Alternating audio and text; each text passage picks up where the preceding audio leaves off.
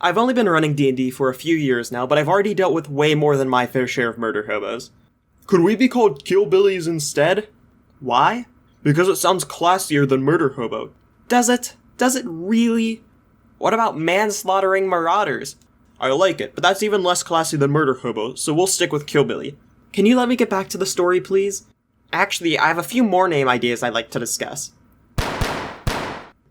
I think I'll just be going now. So, as I was saying, I've had a lot of murder hobos in my games. Hell, I even used to be a murder hobo when I first started playing. For example, my first action in all of Dungeons & Dragons was cutting off another player's arm. And yes, there is a story behind that, but that's a story for another day. Today's story is about one specific moment of murder hoboing that occurred back when I was still a super new dungeon master. The party had just finished a quest to kill some kobolds, and now they were planning to travel to a different town to go meet some sketchy NPC that they had met in a bar one time. The only problem was that they didn't have horses. Luckily for them, there was a farm at the edge of town that had some. Most normal adventurers would go on down there and pay the farmer some gold to get the horses, then ride away to their next adventure. But these people weren't normal adventurers who had stupid things such as common sense or basic morals. No, these people were murder hobos. That you probably already knew that because of the name of the video. The encounter started off peaceful enough with DAORI the Dragonborn Bard walking up to the front door. The farmer's 12-year-old son answered the door and DAORI started to talk to him about how much it would cost to buy the horses. However, the rest of the party had other plans, and while DAORI and the child were distracted, they snuck around the back of the house and went to the barn. DORF the dwarf fighter faked a heart attack in the cornfields to distract the farm workers. Meanwhile, the other two members of the party snuck into the barn. Back at the farmhouse, DAORI and the child had agreed upon a price for the horses, and he began to lead DAORI out to the barn, so she could look at the horses before agreeing to buy them. So why exactly was DAORI negotiating with a 12-year-old child? I don't really know, but it probably made sense to 16-year-old me, so yeah, there we go. That's a reason, I guess. Also, didn't you say this story was about murder hobos? They only seem like really shitty thieves so far. Well, I was getting to that, but you keep interrupting me. So DAORI and the child saw DORF faking a heart attack in the middle of the field, but just kind of ignored it and went straight to the barn. The child opened the door, and that is when everything went wrong, because the child immediately saw Sven the Elf Ranger. He was sitting in the middle of the room, surrounded by chicken legs and blood, and was stuffing a bunch of legless chickens into his adventuring bag.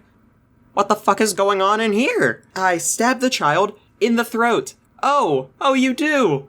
That's great. Yeah, stab the child. You do that. Roll for attack?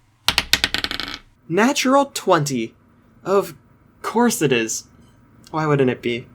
DAORI slaughtered the child violently, then began to drag the corpse into the barn, while Atlas, the high elf alchemist, closed the door so nobody could see the dead body.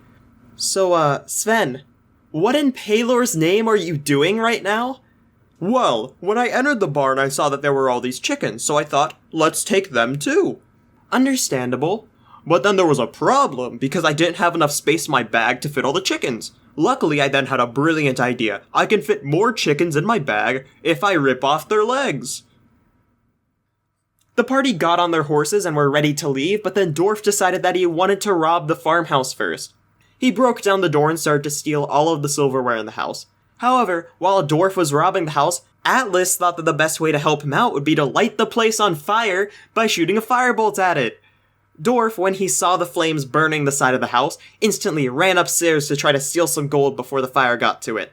And while he was up there, he knocked out the farmer and murdered the farmer's wife. At this point, almost the entire house was engulfed in flames, so DORF began to flee the house. However, as he started to leave, he suddenly grew a conscience and went back to try to drag the unconscious farmer out of the burning building. When DORF was almost at the front door to the house, like right in front of it, maybe 3 steps and he'd be outside of the burning building, DORF dropped the farmer and left him to die in the fire as DORF fled to his friends by the horses. They rode off into the night on their newly acquired horses, ready for their next adventure. Or more accurately, their next farm to destroy. So that was the story of one of the many times my party went full murder hobo. I thought we agreed to call us killbillies. Don't forget to like and subscribe if you enjoyed the video.